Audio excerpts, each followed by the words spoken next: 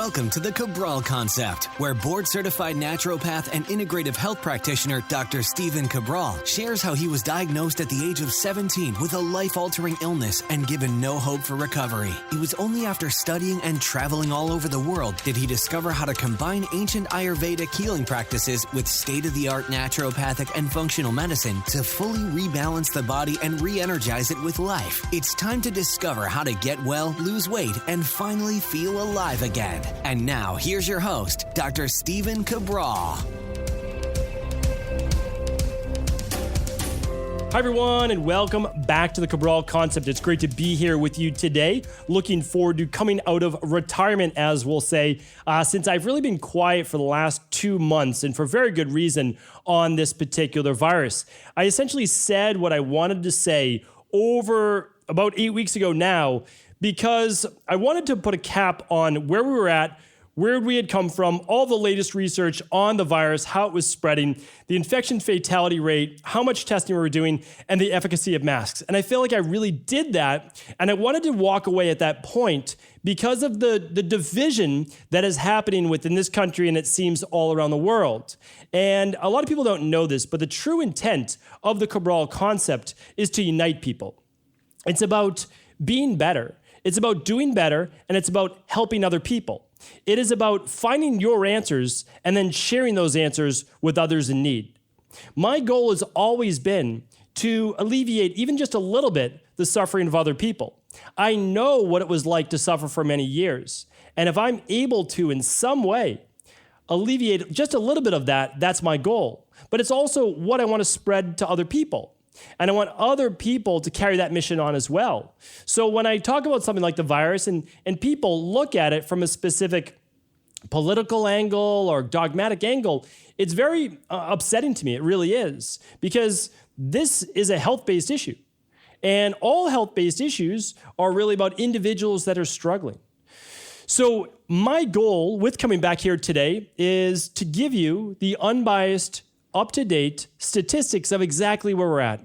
No political bias, no bias at all. Just simply share with you what we're at. And I do believe that by the end of the show, you're going to have a lot more hope. No matter where you stood before, you'll simply feel, hopefully, just a little bit better about where we're at and also where we're moving to. I'm going to take you through statistics all around the world, the United States. I'll take you through what it looks like when some states open up and when some states don't, what happens when masks are required for wearing and when they're not. I'll also take you through the infection fatality rate of, let's say, again, state by state, but also what is it like versus the flu from previous years now that we've done so much testing.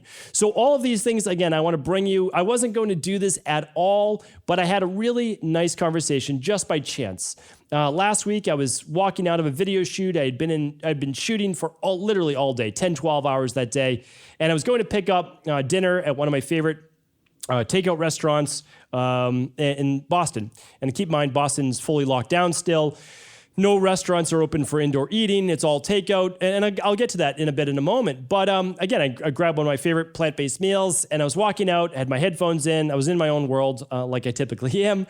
And someone yelled, "Dr. Cabral." And I just looked over and I saw that it was one of my wellness clients who I haven't seen for, well, probably about 2 years. And so I was asking him how he's been, what he's been up to, and I got to hear a lot about his journey and all the healing he's done for his body, in both body and mind, and it was really amazing to listen to. And towards the end of the conversation, he shared his worry for his mom and his dad, who I know as well. I've worked with them myself, and his grandmother. And he was worried about the infection fatality rate, which means basically the percentage of people that die for every 100 people. And he wanted to know my views on that. I shared my views. I shared the up-to-date statistics that I'm going to share with you here today. And I hope that he felt a little bit better. But at the end of that, he said, "I know why you're not doing viral updates anymore." He said, "But don't let it stop you. Continue to share this message with people. People need to hear it, whether a few people don't like to hear it or not." And that meant a lot to me because, you know, sometimes I am in my own world, right? I'm recording in my office, I'm doing research, I'm reading all day, all of these different things. And sometimes I just get caught up with, sometimes I don't want to offend people to too great a degree. meaning like I'm trying to unite people, and I know that this is a hot topic, and I want people to come together rather than be divisive, and I know that isn't possible, right? I know it's not possible to bring everyone together, but my goal is to at least try. But I also feel that he was right, that people do need to hear an unbiased opinion on this, and not even an opinion, because I'm not going to give you my opinion. I'm going to share with you the straight statistics. So let's dive into those right now. I'm going to give you where we are today, kind of where we've come from. And again, I do feel that as we move through the show, you're going to feel a whole lot better. So first things first, I'm going to bring up the stats for you. The new infection fatality rate is in, and so this is the thing. The infection fatality rate comes from the more people that you test, you're going to find that typically the number of people dying per 100, meaning like the percentage. So if, let's say 5 people die out of every 100 that are infected, well, it's 5%. It's a very high infection fatality rate. So like, let's say the flu is about a 0.1 or so. Well, what we found is now that we're doing so much testing, that's why testing isn't necessarily a bad thing, that we're finding that this particular virus, and you know the virus that I'm talking about, I'm not going to name it, because if you name it, you just have a higher likelihood, not that you're going to be completely banned on social media, but that they actually block your post from your followers. Meaning, so people that follow you, it's just not shown to them. And that's now very well documented, which is unfortunate, right? So like, I have no idea why social media platforms would do this, but again, that's not for me to figure out. My goal is to try to get this out to our community, and if they're subscribed on YouTube, if they're subscribed on iTunes or any podcast player, they're going to get this. So here's the thing, though. The updates are in. The good news is this, that this virus is not as deadly as we thought it was. Again, some epidemiologists out there, World Health Organization in the beginning, 300 million to 3 billion people would die. Like outrageous numbers were being thrown out, right? So right now in the United States, 216,000 people have died. We'll get to that in a moment. About 10,000, maybe just a little bit less from this particular virus. So we know now that it's not more deadly than the flu. So this is what I ask people. And again, it's not for me to answer. It's what I ask you. If you were not worried about the flu last year or previous winters, you probably don't need to worry about this virus more so, right? So however much you worried about the flu, that's about how much you need to worry about this particular virus. That's as unbiased I can really say it. So again, that should allow you then to have a different type of thinking. And that's because we know the infection fatality rate, especially for anyone really under 55, is really dramatically low. Oftentimes lower than the flu, because the flu is actually deadlier for younger people. Whereas children, there's really very little chance, if any, that a child will die from this particular virus, which is great news, right? And we also know this, that the majority of people who get this virus will have very few symptoms, if any. 40 to 70% of the people who get this virus won't show any symptoms. No cough, no congestion, no fever, maybe just a little fatigue, maybe just a little headache, but not much. Now, so that's the positive news. That's a good thing.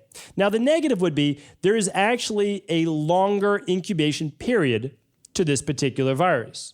Okay, so what does that mean? Well, it means that the infection rate for this virus is about 5 to 10 days.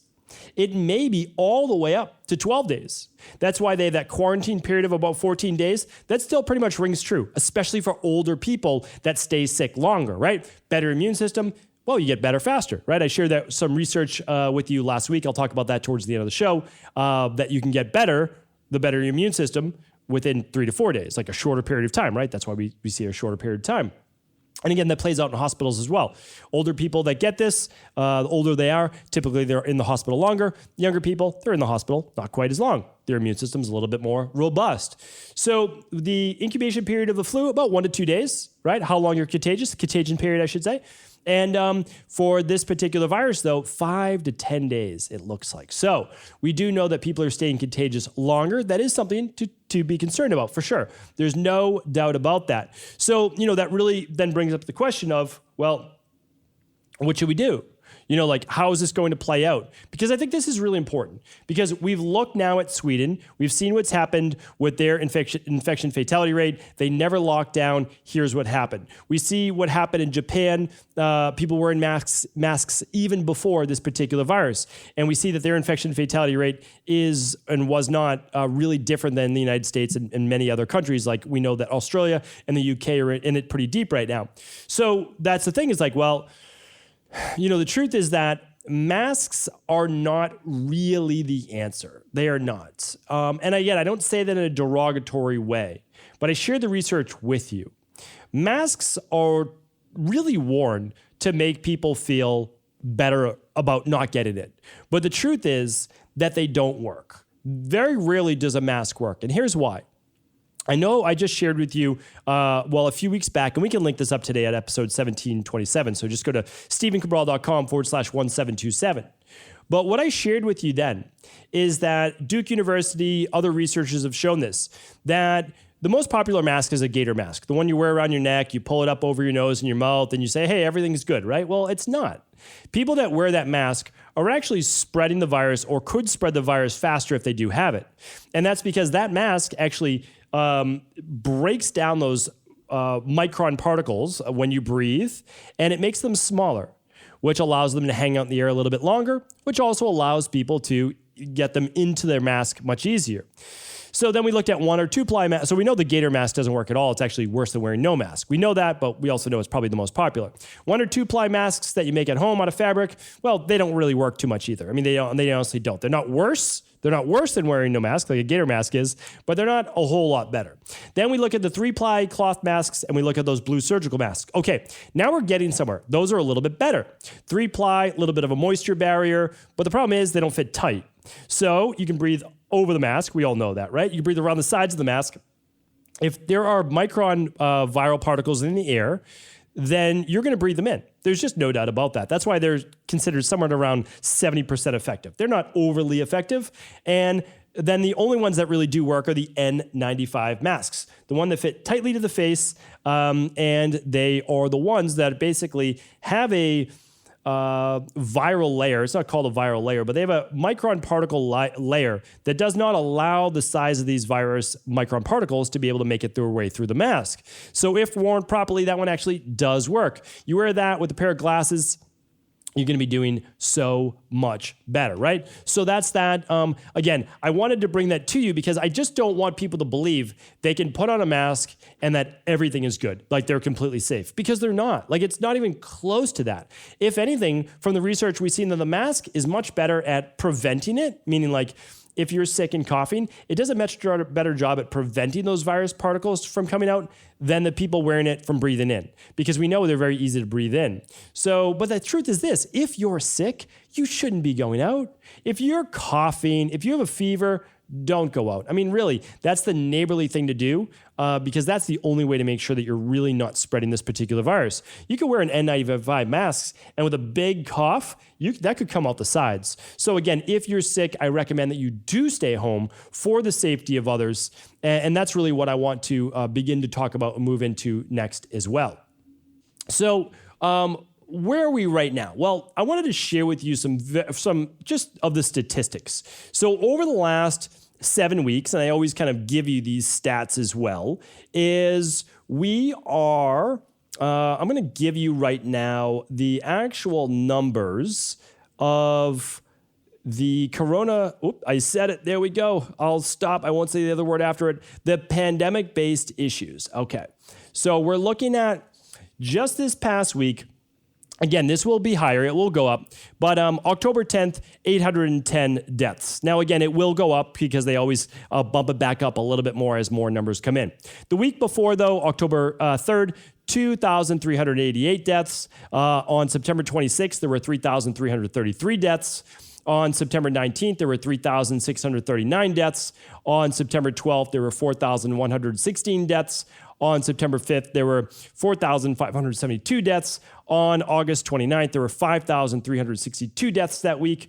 On October 22nd, there were about 6,000 deaths. October 15th, about 7,000 deaths. So if you kind of hear that, you don't obviously need to memorize it. You'll see that I went down and down and down each week. And again, these aren't my numbers. These are the Center for Disease Control.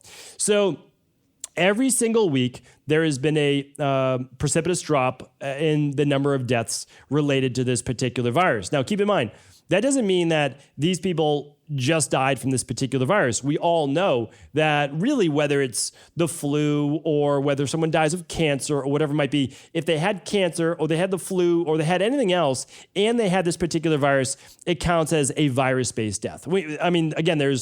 That's not conjecture or me just kind of making these things up. That's how it's being quoted right now. And that's because it's advantageous also to the hospital. The hospitals are getting money for each virus-based case and previously respirators as well. And when you look at the weeks, when you look at deaths that involve this particular virus with pneumonia or the flu, it's actually double every week. So we don't know if all of these actually were caused by the flu, pneumonia, or if it was the virus itself. So I just want to, again, throw that out there because now we're at about 216 deaths as of essentially yesterday, and less than 10,000 of those actually they know were just from this particular virus. And what they'll never tell you too, and of course, like again, all of this matters, right? These are all real lives, but what they won't tell you too, that out of those 10,000 people, that the majority were actually 80 years and older. And again, they'll never tell you that. That's because the majority of those people actually are oftentimes in nursing homes, and we know how rampant this virus can move through nursing homes, which is really unfortunate that seems to be the case as well. So again, we're looking still at an average age of mortality around 78 to 80 years old. That is why people over the age of 75 do have to take greater care, as well as those over 65 with what's called comorbidities. And that's because, again, out of all the people that did die from this particular virus, about 2/3 also had heart disease or high blood pressure or had type 2 diabetes or were obese. And all of those are comorbidities, basically other reasons for potential death along with this particular virus. They're inflammatory-based states, and of course, the body's not as healthy, right? So when you get this virus along with high blood pressure, well, it's really a recipe for disaster. Same with heart disease. We know that. So, what I say to you is, if you're not in the heart disease category, blood pressure category, type 2 diabetes category, obesity category, and you're not over 75, then your likelihood is actually quite low. It really is of dying. I mean, it honestly is. There's a higher rate of death with the flu than there is of this virus with younger people. And that, again, that's the truth. Nobody wants to talk about that, but that's the truth. So where do we go from here? Well, it's kind of, my opinion is this, it's really looking at it this way, that if you have any of those comorbidities, immune issues or heart disease or blood pressure issues, or type 2 diabetes, or you're overweight, my suggestion is that you start to work on those now. And you might say, well, the virus is going to be gone in a couple months, whatever it might be. And I might say, well, yeah, I guess that's kind of true, but it still puts you at risk for everything else and the next virus that comes in a year or 2 years or whatever it might be. So I really want people to begin to work on those things. And I know easier said than done. Believe me, I understand that. I've been in practice a long time.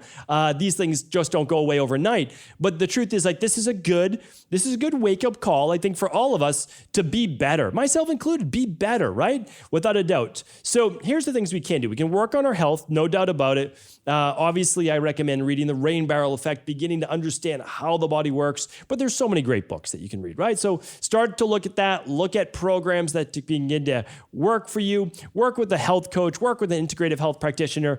And you're going to find out how to get your body well. There's no doubt about that. Okay, the next thing is this. We absolutely do know that vitamin C works, that vitamin D3 works, and that zinc works, right? So we know those things work. Take them now. I'm not saying it's going to prevent the virus. We know that it doesn't, but I actually just came out with research 2 weeks ago.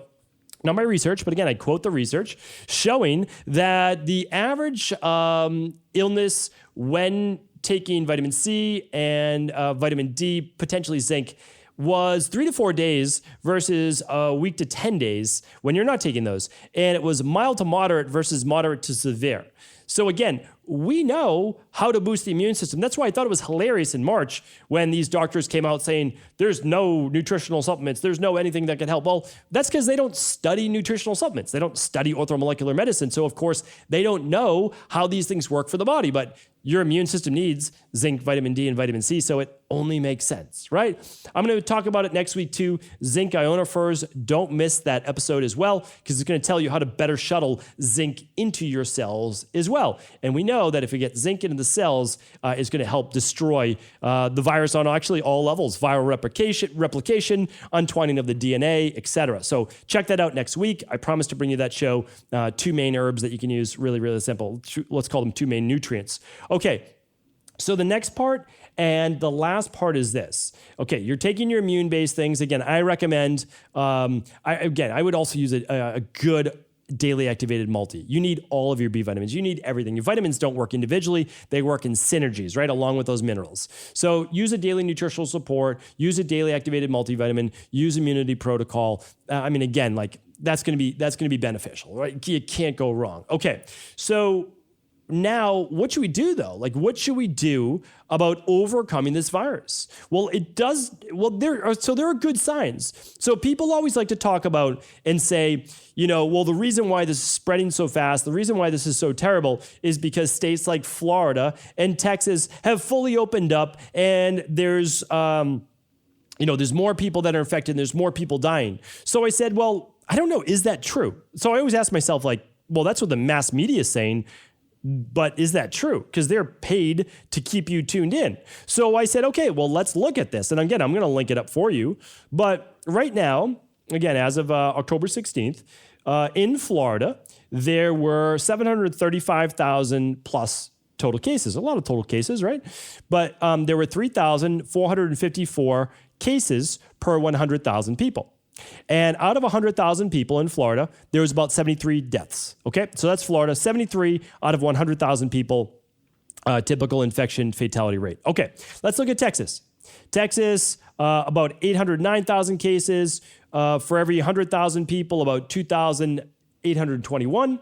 And how many deaths per 100,000? 58. Okay, so doing a little better than Florida. They're fully open as well.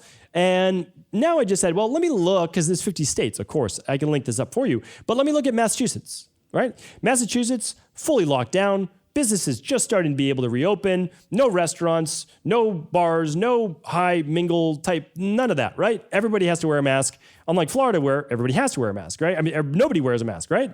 So here's the thing. And I don't want to say nobody. I know that some people still do. But in Massachusetts, you have to wear a mask, not just inside. When you're on the street, you have to wear a mask. Okay, so Massachusetts, total cases, 148,000. All right. How many cases for every 100,000? 2,152. Not bad, right? A little better than, definitely better than Florida, a little better than Texas. How many deaths per 100,000? 139. Well, that's actually worse. My home state is worse than Florida and worse than Texas for the number of deaths per 100,000 people. So again, it's kind of like, say what you will, but the statistics aren't necessarily, well, the statistics don't lie.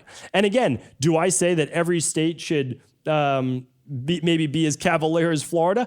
I don't know. That's not for me to really say. But what I'm saying is, more people are not dying in Florida than anywhere else for the 100,000 infected. So I want to take things from an unbiased perspective.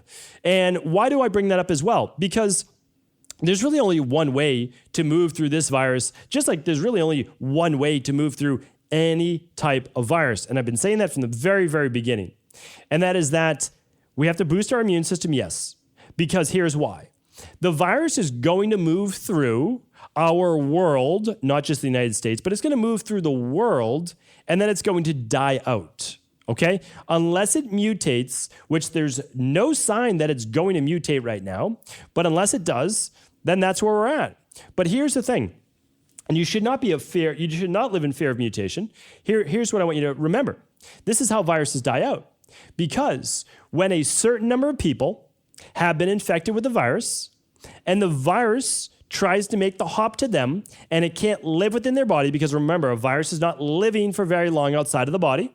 because it needs a host, right? Its fragmented DNA needs to connect with your DNA in order to live. Okay, so when enough people have gotten this particular virus, most people will be asymptomatic. 40 to 70% won't even know that they get it.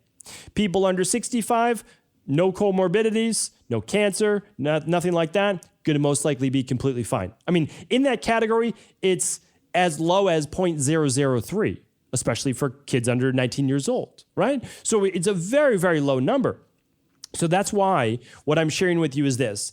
It's fine to continue to wear masks, especially since they do very little in order to stop you from getting it. Now, again, do I think that's a good thing or bad thing? Well, I don't know, but it is. It is what it is in this situation.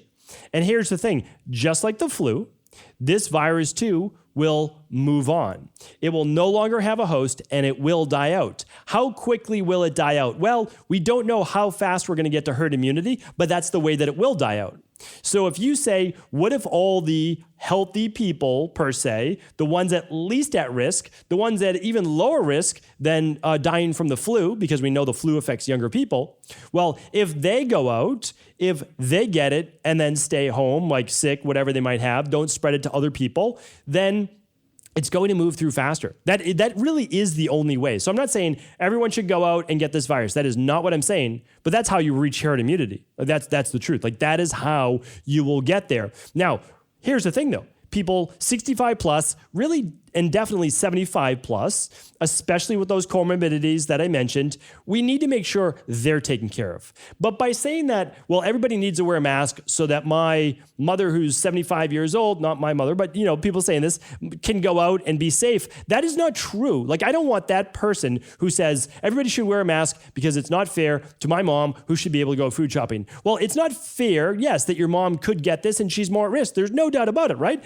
I mean, we all probably have a mother, father, or grandparents that are susceptible. There's no doubt about it. We might even have a sibling, a child. There's no doubt about that. But here's the thing.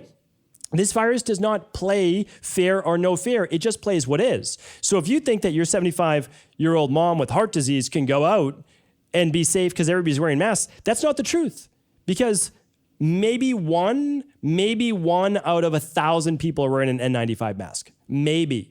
And those are the only masks that we know truly help to prevent it. So again, I just don't want to overstate that anyone is safe wearing these masks, okay? Please don't believe that you are. So this is a call to anyone that could potentially get really sick if they get this virus, that you do have to ask others in this particular time if it's a high trafficked area that they go and help you out, right? We can't be totally safe. I totally understand that. It could spread, however, family member to family member. But what we need to do is do our best. We need to take care of those people most at risk. We need to begin to move forward because there are other detrimental effects being taken place right now all over the world with all of these businesses being closed down, et cetera. But again, I'll leave that for you to decide when we should open up, when we shouldn't. I just wanted to bring you the numbers here today. Hopefully this was helpful. Again, it's as unbiased as I can make it. I'm going to link all the stats up. Simply go to stephencabral.com/1727, and we'll link up the whole viral updates podcast category. So you can go back, listen to the research on masks, listen to the last research on the number of tests done, all of those different things, basically all over the world. So again, thank you so much. Truly appreciate your support. And of course, if this was helpful, please do feel free to share it with anyone you believe it could serve. Before you go, I wanted to share a personal story with you. The real reason I began to get well finally is because I figured out what was wrong with me. And that might seem pretty obvious, but I went from doctor to doctor for over 2 years before discovering at-home functional medicine lab testing. These are the labs that enabled me to finally figure out what was wrong with my hormones, blood sugar, electrolytes, and gut health. And once I knew what was wrong, I could then follow a proven plan in order to rebalance my body from the inside out. This is why I believe so strongly in functional medicine lab testing and why I've made it my mission to share these labs with the world. Now at equa.life, you can order an at-home lab test or a lab bundle for you and your family and be able to complete it within the week. Plus, the EquaLife difference is that you're not left to try to read and figure out these labs on your own. We explain what your lab numbers mean, what they mean in the much bigger picture, and then how to go about rebalancing your body in order to heal. To see our full selection of lab tests, or to set up a free lab selection call to find out what labs may be best for you, simply head on over to equa.life/labs. And do remember, we ship these all over the world. To find out more and to set up your free lab selection call, simply head on over to equa.life/labs. That's EQUI.LIFE/labs.